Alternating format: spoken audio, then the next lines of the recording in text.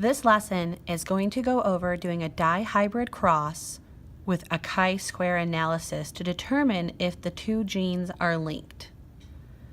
Corn cobs are often used for showing inheritance patterns.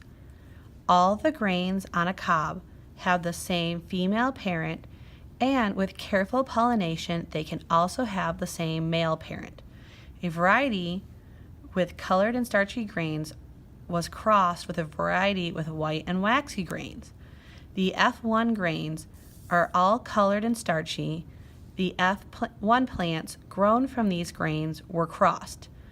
You are crossing two plants that are heterozygous for both traits. Colored is dominant to white and starchy is dominant to waxy. So the problem lets you know that they are heterozygous. And it also lets you know what is the dominant trait compared to the recessive trait. So I am going to just start right now by picking a different letter. I'm going to choose a capital C for colored dominant and a lowercase c for the recessive.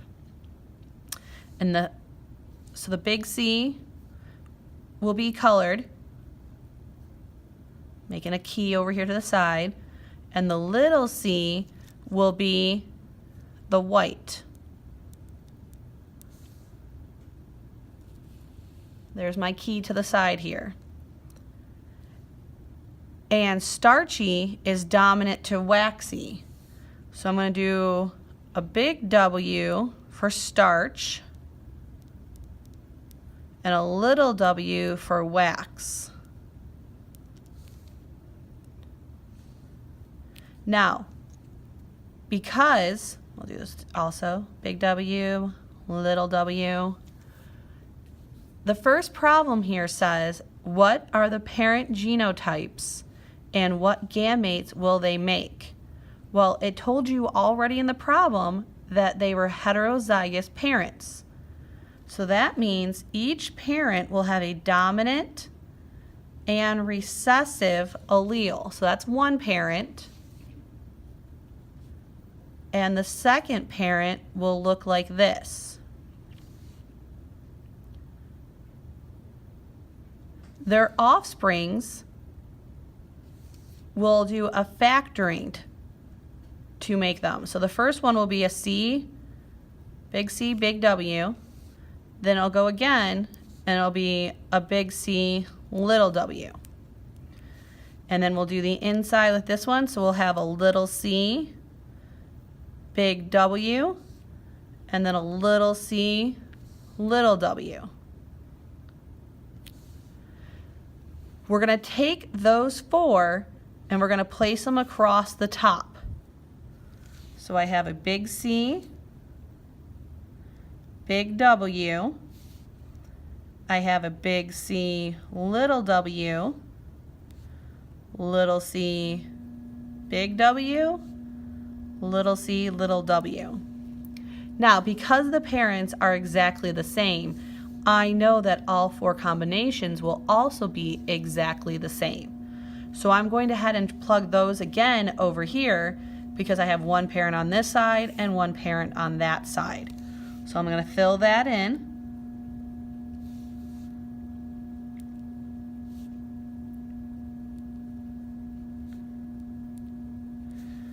Okay, so now I have identified what the genotypes of the parents would be and what gametes will be formed and plugged them into my table.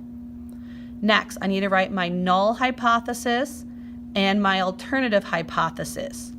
My null hypothesis, HO or H naught, will be genes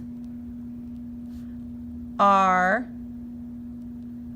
not linked. Our null is that they're never linked. It's random assortment or random fertilization. They're not linked. The genes separated independently. My alternative is that genes are linked. The genes are on the same chromosomes.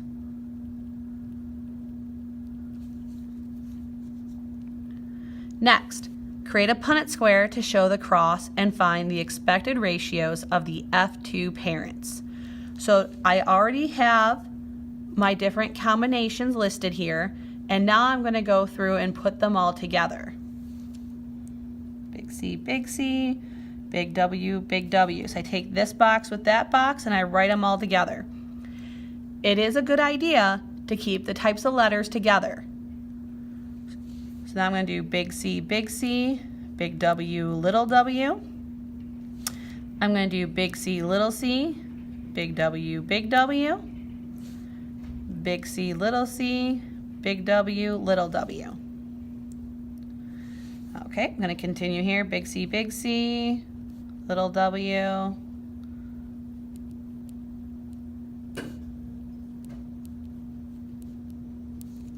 I'm going to continue to go on like this. Notice how I am keeping my letters together.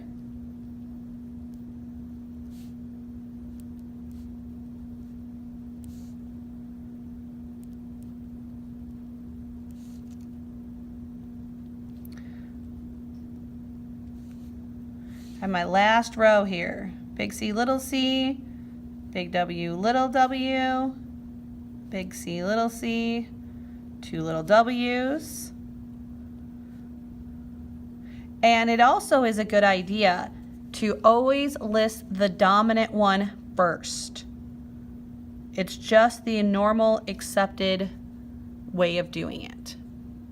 Okay, so now that I have done this, I am going to go through and determine how many I have for each different type. So will it be, how many will I have that are colored and starchy, colored and waxy, white and starchy, white and waxy? So if I had 16, because there's 16 boxes here, how many of the 16 offspring should be colored and starchy? Well, if I remember back up here to my code, colored is a capital C and starchy is a capital W. So I'm going to go through capital C, capital W. So there's 1. Capital C, capital W, there's 2. Capital C, capital W, there's 3. Capital C, capital W, 4. Capital C, capital W, 5. Oh, I have a capital C, but no capital W. Here I have a capital C, capital W, so there's 6. And I'm actually going to go back and I'm going to put a little symbol in the box so I know these are all ones. I'm going to put a little line across the bottom here so I know these all are to be counted for my first type. A capital C, but there's a little W's. Capital C, capital W. So I'm going to check that one off. Capital C, capital W. Look, lowercase one, so I can't count that. I got some more lowercase c's, can't count that one. I got capitals, so I can count those. I have a capital, but I got a lowercase w, lowercase c's, so I can't count those. So I'm going to go through here and go 1, 2, 3, 4, 5, 6, 7, 8, 9. So 9 out of 16 will be colored and starchy. Colored and starchy. That is what I will expect. And when I do that, that'll be about 0.56. So my population, about 56% should show up to be colored and starchy. Then colored and waxy. Well, I know colored is a capital C again, but waxy will have the lowercase w. So let's go through. This time I'm going to put a mark on the top right corner just to differentiate them. So there's C's and there's 2 little W's. So I'll put a little circle up here. Oh, there's a C and 2 little W's, so I'll put another little circle up there. These ones are all used. C's, oh, there's a capital C with 2 little W's. And then, nope, no capital C, no capital C, no capital C, no capital C. So I have 3. I have 3 out of 16, and that would be 0.19. Next, I'm going to go through and say white and starchy. Well, I know white will be 2 lowercase c's. Starchy will have capital W's. So, these are all used up. These are all used. Oh, here we go. 2 lowercase c's, capital W's.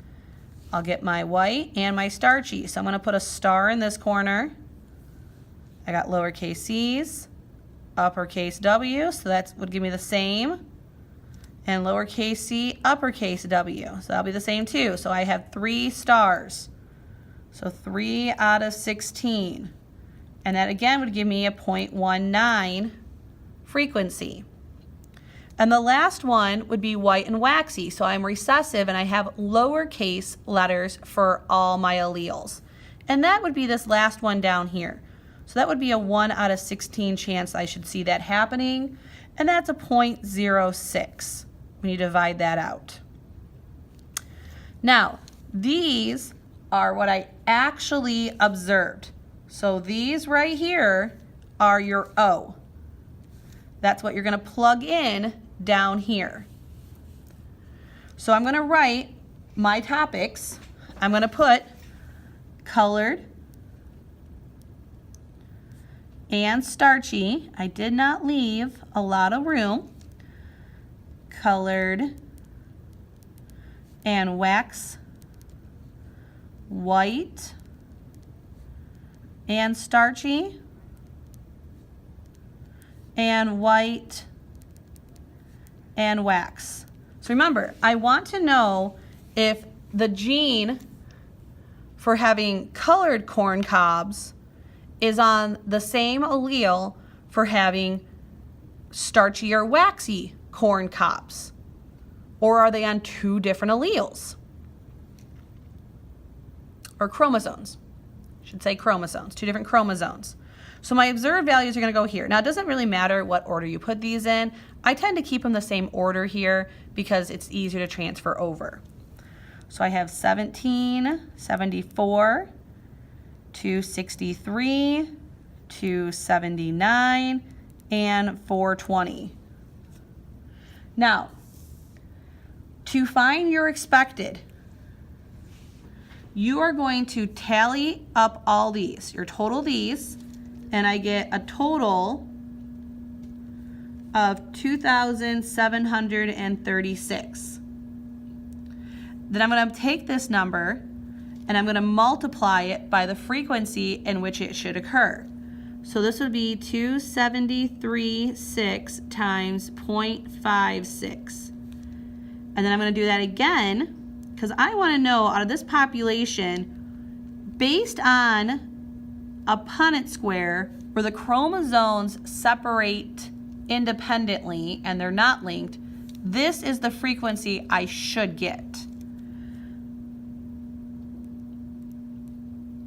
0.19 again, and the total multiplied here. So when you do that, I get 171, 513, and I get 1539. So chi-squared is just looking here at how far are our observed values in the population away from how are the expected values that we assume we should see based on the Punnett square here. So you take your observed, you have your expected, you subtract them, then you square them, and then you divide by E. And a very common mistake that I see often is that students will divide by the same number every time for E because sometimes it is the same number if the frequencies are the same. But you need to keep in mind that E, it might be different for each of them, and that will make an impact. So as I go through here and fill my table out, just completing what the steps on top tell me to do, these are my values that I am getting. And I would recommend that you pause the video and possibly go through and do the math on your own and then double check with what I'm actually getting here. Sometimes students forget or get confused on when they actually start to type things into the calculator themselves. They see it and they go, oh yeah, that makes sense. But then when they actually have to plug it in themselves, they don't know where the keys are to square it or whatnot. Or they try to do everything all at once and order of operations messes them up because they don't put the parentheses in. So I would definitely recommend pausing it and making sure that you actually have the same values that I have here. Okay, so then you're going to take this last column and you're going to add last column together.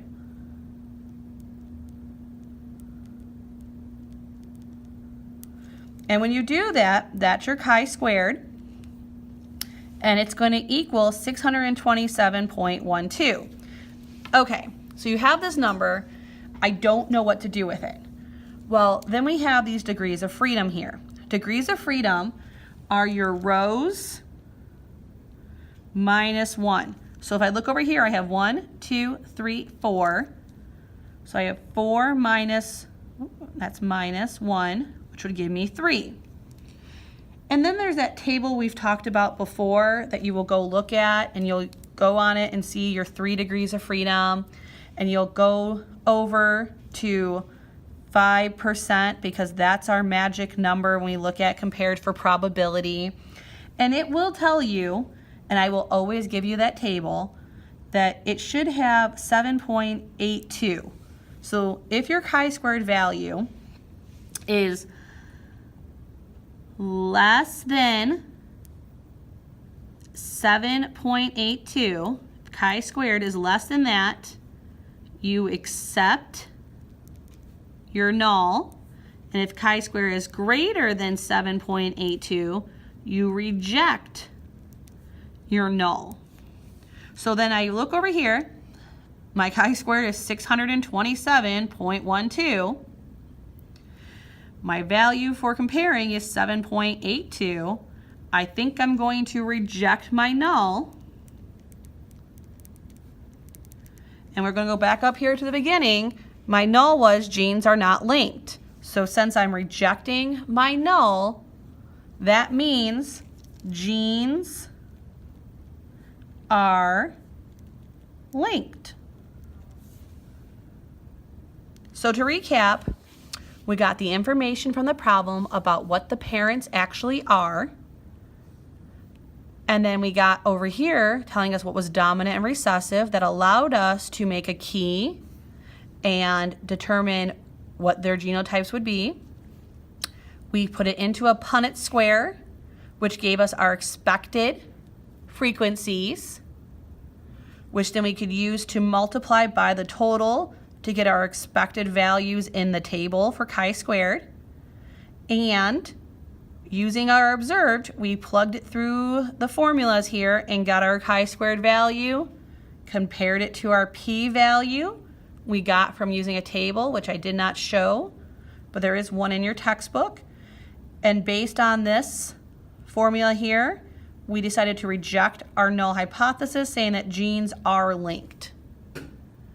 Okay, so if you have any questions, please rewatch or come ask me for help.